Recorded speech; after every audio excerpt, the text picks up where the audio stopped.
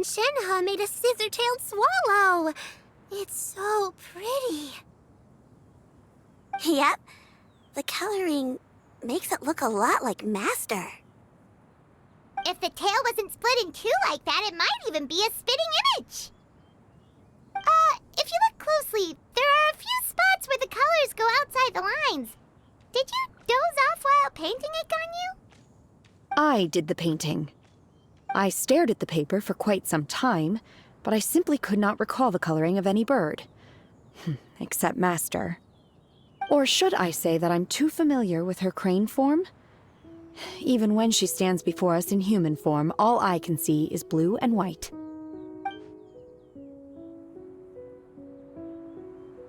Oh, well now that you mention it, Paimon can see it too! Exactly. So I simply closed my eyes and painted from memory. No way! You can paint with your eyes closed? Wow, the disciples of Adepti really are something. You are most filial, Shenhe. One is flattered by the likeness. The Swanee that Gaming and Shuyu made looks very majestic. I'm sure it'll look even more impressive as it soars through the sky. The eyes and ears glow in the dark, so you're sure to see it at night. Your golden finch is cute too, Yao Yao. It's all thanks to Auntie Cloud Retainer's guidance. What about your kite, Traveler? Ta-da! Here it is! That's hilarious. Why does Paimon feel like you're laughing at her and not with her? I'm just admiring the expression you chose. Whether the kite soars high in the air or comes crashing straight to the ground, it's still fitting. That's quite the impressive feat, actually. Is that the Jade Chamber? Oh?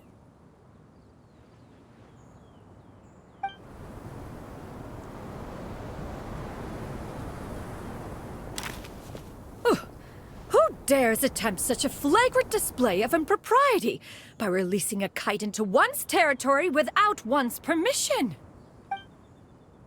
Oh, and to do so by making use of this crude piece of mortal machinery. One simply must know who it is that possesses such impertinence. Continue attaching the strings, everyone. One will be but a moment. Cloud Retainer? Traveler, Paimon, could I trouble you to go after Cloud Retainer? Master's going to be okay, right?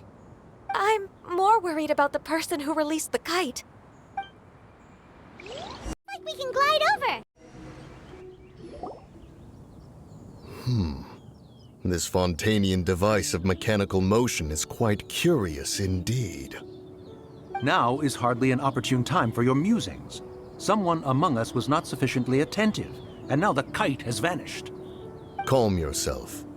Do you have any recollection of its last location? One believes it drifted in the direction of Mount Outsong.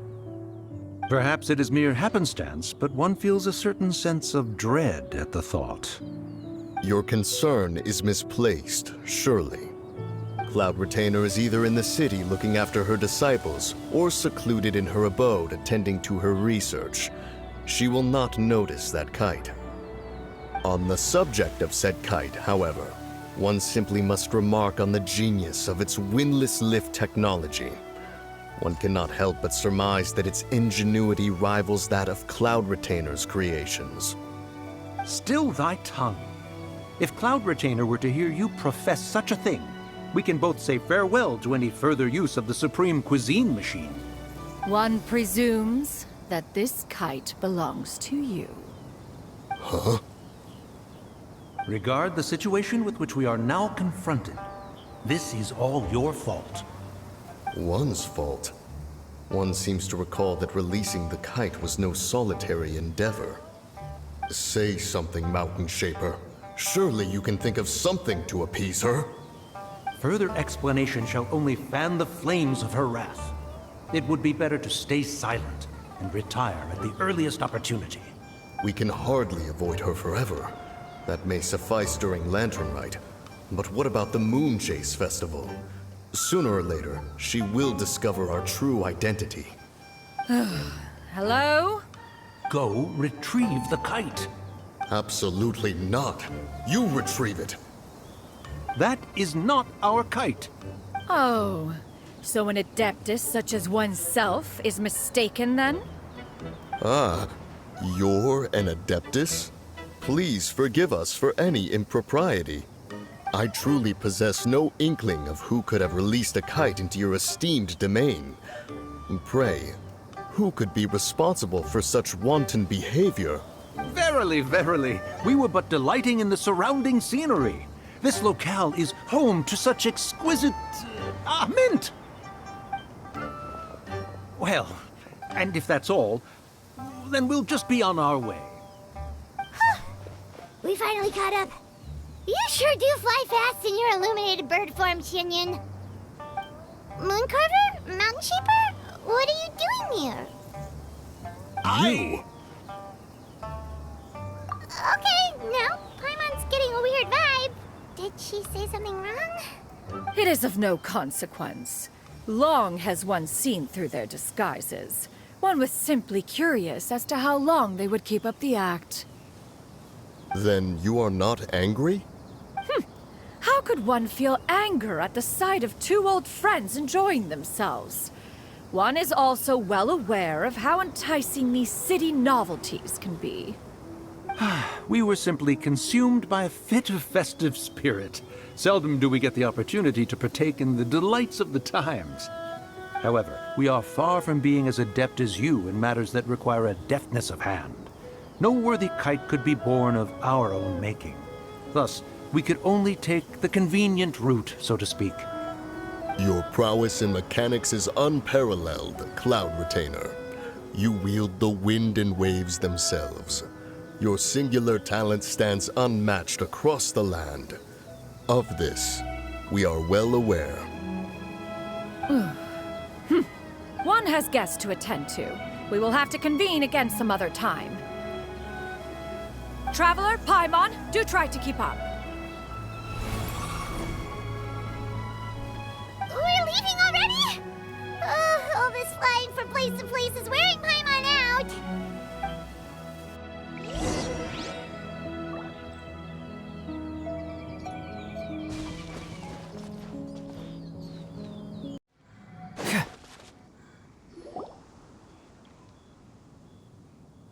They're back.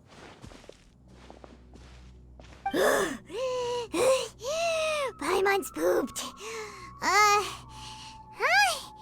Why are there only two of you left? After you left, Yao Yao and Shu Yu tired themselves out playing with their kites. Gao Ming offered to escort them home. Before he left, he said something that I don't quite understand. Oh? What did he say? He said, a kite is always tied down no matter how far it flies or how high it soars. Its tether prevents it from ever truly flying free. He looked quite dejected as he said this. Now that you mention it, Gao Ming did seem to have a rather strange attitude towards kites. A reflection of himself. If I were a kite, I would cherish that tether as a symbol of kinship and the bonds that tie us and... Shenhe? It may be an exceedingly slim and distant connection, but lose it, and you lose that which links you to home. If Gao Ming truly sees a kite as a reflection of himself, then I fear I understand his words even less. Well, people often have different points of view depending on their mindset and experiences, right? It's actually quite normal. Just like some people can eat spicy food, but others won't go anywhere near it? Exactly. That's why tolerance and understanding are as important as they are. Tolerance and understanding? What brought about this conversation? Did one miss something? We were just chatting. You don't have to butt in on every little thing, you know. Where were you anyway? One was merely doing a bit of cooking. Night fast approaches. If you are otherwise unoccupied, one would entreat you to stay and eat before you depart. Oh, it's been so long since I've had the chance to enjoy your cooking, Cloud Retainer. Worry not. One has prepared a variety of meat and vegetable dishes. One is more than familiar with everyone's culinary proclivities. Shenhe, Ganyu, come with me. Whoa, what's with all the secrecy? You're not trying to play favorites, are you? If you're ready to serve the food, we can help too.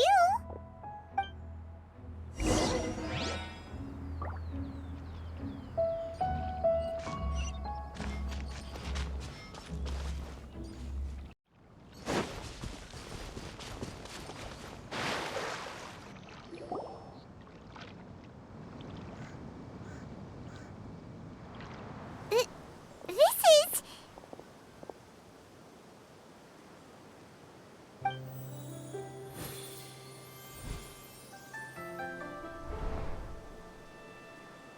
Oh, I can feel the wind brushing against my legs. This is a bit embarrassing. Is the headpiece secure? I should have asked Cloud Retainer to check before I stepped outside.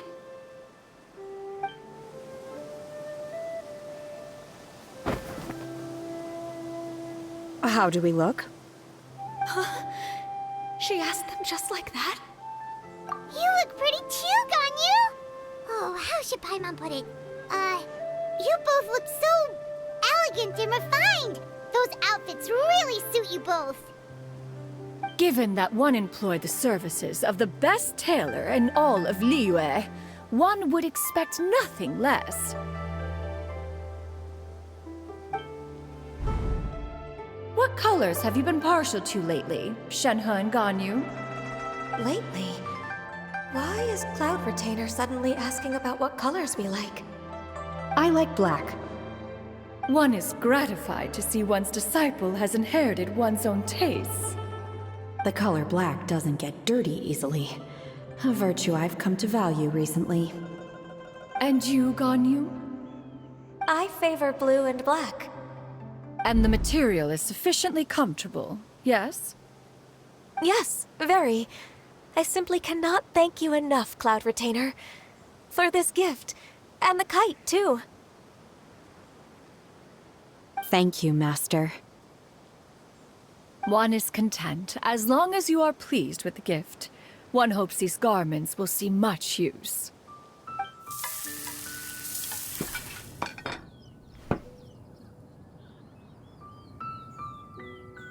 Seems like your supreme cuisine machine is just getting better and better, Xinyan!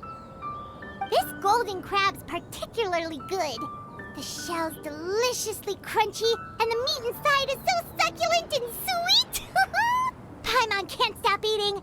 It's a good thing Gaming isn't here, or Paimon would have to duel him for the food. You know, with chopsticks. He traveled all this way on account of the kite-making workshop, and he spent the whole afternoon looking after Shuyu. One was hoping to treat him to a meal. Oh well. One will just have to extend one's thanks in person. It's rare for someone to make such a good impression on you, Cloud Retainer.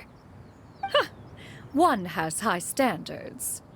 He appears to be a young man of much merit, and one is not the type who would see such potential squandered. It appears that he wishes to break free from the kite string that tethers him. Kite string? Huh, what strange metaphors you speak in, Shenhe. Ever since you returned from one mean restaurant, your turns of phrase render one at quite the loss. Where do we even begin? Oh, do you know about the conflict between Gaming and his dad, Xinyan? One has only heard that the two are not on good terms. He ran away from home and hasn't been back since. Oh? Ran away, you say?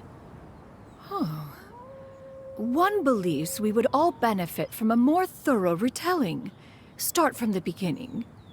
Oh, okay. Paimon just hopes he won't mind. What?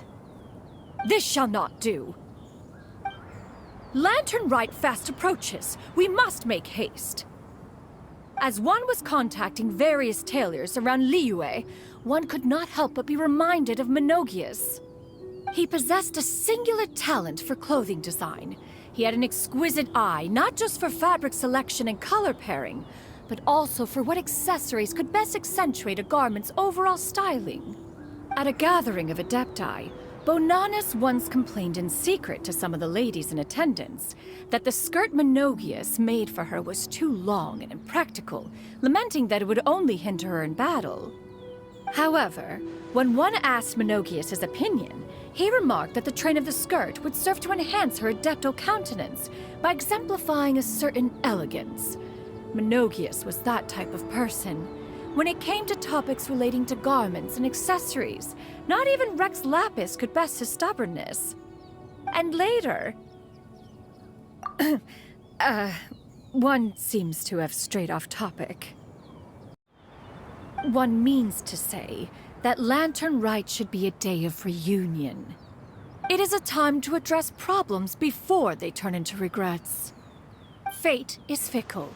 The cruel reality of this world is that suffering and misfortune can befall any of us without design or reason. If there is a chance for young people to remain insulated from this reality, one should do one's utmost to make it so. That's nice and all, but... Do you have any ideas, Cloud Retainer? Perhaps adeptal arts could be of use. No. Mechanics, perhaps. One fails to see its use in a situation such as this. Is there anything I can do to help?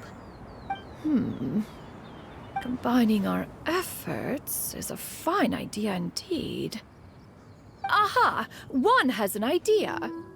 How about this? Does that make sense to everyone? Yep. Oh, Paimon really hopes this works. One's designs never fail. Now then, I counsel rest for all, and to make the necessary preparations. One shall see you in 2 days.